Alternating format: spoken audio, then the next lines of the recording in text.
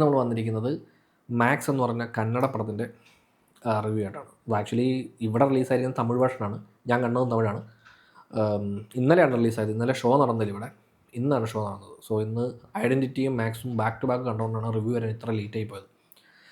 Max Kannada Badshah എന്നറിയപ്പെടുന്ന നമ്മുടെ കിച്ച സുദീപ് അഭിനയിച്ചിരിക്കുന്ന സിനിമയാണ്.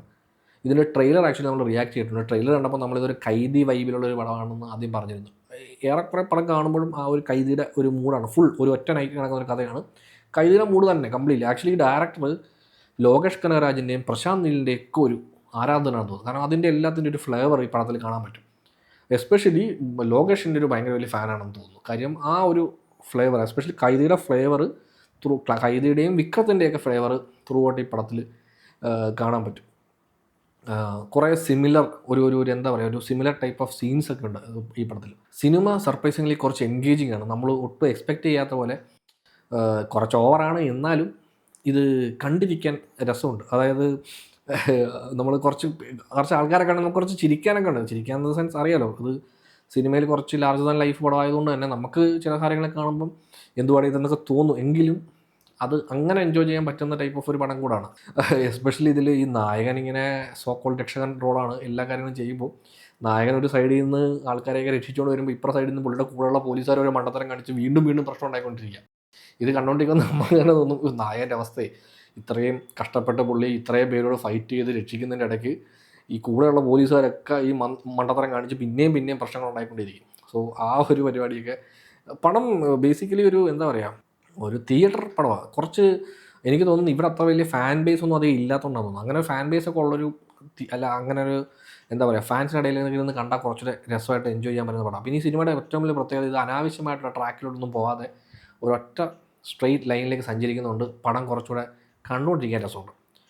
നമുക്കിങ്ങനെ അനാവശ്യമായ ഡീവിയേഷനും കാര്യങ്ങളുണ്ട്. ഈ സിനിമയിൽ ഇപ്പോൾ ഐറ്റം സോങ് ഉണ്ട്, എക്സ്ട്രാ സോങ്സ് ഒക്കെ ഉണ്ടെങ്കിലും അത് സിനിമയുടെ ഈ എന്താ പറയുക സ്റ്റോറി ടെല്ലിങ്ങിൻ്റെ കൂടെ പോവാണ്. അല്ലാതെ അവിടെ നിന്ന് പോയി ഒരു നായിക വരിക അല്ലെങ്കിൽ അങ്ങനത്തെ ഒരു ട്രാക്ക് അതൊന്നും ഇല്ല. കംപ്ലീറ്റ്ലി ആ ലൈനേ ഇല്ല. ഇത് ഈ പടത്തിൽ ഫീമെയിൽ റോൾസ് ചെയ്യുന്ന തന്നെ എന്താ പറയുക, ഈ നായൻ്റെ പോലീസ് സ്റ്റേഷനിലുള്ള 2 ഫീമെയിൽ കോൺസ്റ്റബിൾസും പിന്നുള്ളത് വരലക്ഷ്മി ശരത് കുമാറുമാണ്. വരലക്ഷ്മി ശരത് കുമാർ ആക്ച്വലി വില്ലന്മാരുടെ സൈഡിലാണ്. സോ അങ്ങനെ അതാണ് ഫീമെയിൽ ക്യാരക്ടേഴ്സ് ഈ പടത്തിലുള്ളത്. ബാക്കി കംപ്ലീറ്റ്ലി ഇതൊരു കിച്ച സുദീപിൻ്റെ ഷോയാണ് ത്രൂ ഔട്ട്. പടത്തിൽ എനിക്ക് തോന്നുന്ന ഒരു മെജോറിറ്റി സീനുകളിലും ഫസ്റ്റ് പടം തുടങ്ങുന്ന ഫസ്റ്റ് സീൻ തന്നെ കിച്ച സുദീപിന് ഇൻട്രോ വെച്ചിട്ടാണ്. സോ അതുകൊണ്ട് തന്നെ സിനിമ ത്രൂ ഔട്ട് പുള്ളിയുടെ ഫേസാണ്, പുള്ളിയുടെ തല, പുള്ളിയുടെ ഫുൾ ഫിഗർ, ഇതാണ് ത്രൂ ഔട്ട് പടം. ബട്ട് അത് പുള്ളിക്ക് നല്ലൊരു സ്ക്രീൻ പ്രസൻസ് ഉള്ളതുകൊണ്ട് കണ്ടുകൊണ്ടിരിക്കാൻ ഭയങ്കര രസമാണ്. പിന്നെ ആക്ഷൻ സീക്വൻസ് നല്ല രസമായിട്ട് ചെയ്തിട്ടുണ്ട്. അതായത് ഈ ഒരുപാട് ഓവറാക്കി സ്ലോ മോഷനൊക്കെ ഇട്ട് BGM ഒക്കെ ഇട്ട് നശിപ്പിക്കാതെ കുറച്ച് നല്ല ഈ പറഞ്ഞ പോലെ ഫൈറ്റ് കുറച്ചുകൂടെ കൺവിൻസിങ് ആയിട്ടൊക്കെ കുറേ സാധനങ്ങളൊക്കെ എടുത്തിട്ടുണ്ട്. ബട്ട് എന്നാലും അതിൻ്റെ ഇടയ്ക്കും ഈ സ്ലോ മോഷൻ സാധനവും അതെല്ലാം ഇങ്ങനെ back to back action sequence നടന്നുകൊണ്ടിരിക്കുകയാണ് പടത്തിൽ. അപ്പോൾ അതിൽ ചില സാധനങ്ങൾ കുറച്ച് ഫാസ്റ്റായിട്ടുള്ള ഫൈറ്റ്സ് നടക്കും, ചില ഇടത്ത് വീണ്ടും പഴയ പോലെ ഈ യൂഷ്വൽ തെലുങ്ക് അല്ലെങ്കിൽ കന്നഡ പടത്തിൻ്റെയൊക്കെ ഒരു ആക്ഷൻ പട സ്റ്റൈലുണ്ടല്ലോ, ആ സ്റ്റൈലിലേക്ക് പോകും. ബട്ട് എന്നാലും അത് സിനിമയ്ക്കൊരു മൊത്തത്തിലൊരു ഈ ഡയറക്ടർ ആക്ച്വലി കുറച്ച് നല്ല എന്താ പറയുക ഫ്യൂച്ചറിൽ ഒരു ബെറ്റർ പടങ്ങൾ ചെയ്യാൻ പറ്റുന്ന ഒരാളായിരിക്കും തോന്നുന്നു. കാര്യം പുള്ളിയുടെ വിഷനായാലും പുള്ളിയെ കൊണ്ട് ഇതുപോലത്തെ ഒരു വലിയ പരിപാടി സെറ്റ് ചെയ്യാൻ പറ്റും. അത് കണ്ടാൽ മനസ്സിലാവുന്നു. ഇങ്ങനൊരു ഭയങ്കര ഹൈലി ഇൻസ്പയർഡ് കൈദിയുടെ ഒരു ഭയങ്കര ഇൻസ്പിറേഷൻ ഈ സിനിമയിൽ കാണാൻ പറ്റും.